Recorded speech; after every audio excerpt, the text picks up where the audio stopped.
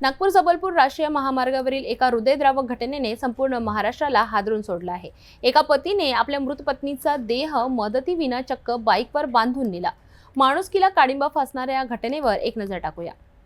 नागपूर जिल्ह्याच्या रामटेक तालुक्यातील देवलापार जवळच्या मोरफाटा इथं धक्कादायक घटना घडली। रक्षाबंधन सणासाठी निघालेला अमित आणि ग्यारसी यादव या पती पत्नीच्या दुचाकीला मागून येणाऱ्या भरधाव ट्रकने जोरदार धडक दिली। या अपघातात ग्यारसी यांचा जागीच मृत्यू झाला। पावसाच्या सरी कोसळत होत्या आणि महामार्गावर वाहनांची वर्दळ सुरू होती। आपल्या डोळ्यासमोर पत्नीचा मृतदेह पाहून अमितच्या पायाखालची जमीन सरकली।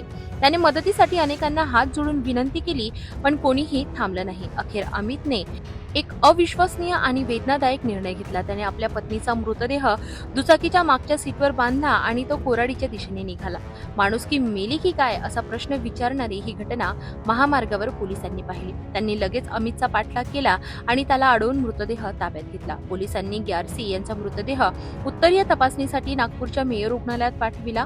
कोराडी पोलिसांकडून या घटनेचा तपास आता देवलापार पोलिसांकडे वर्ग करण्यात आला आहे। अमित यादववर ओढवलेली ही परिस्थिती खरंच मन सुन्न करणारी आहे। एका अपघाताने होत्याचं नव्हतं झालं आणि मदतीच्या अपेक्षेने पाहिलेल्या प्रत्येक चेहऱ्याने त्याला निराशेच्या खाईत ढकललं। ही घटना पुन्हा एकदा समाजाला प्रश्न विचारते की माणुसकी खरंच हरवली आहे का?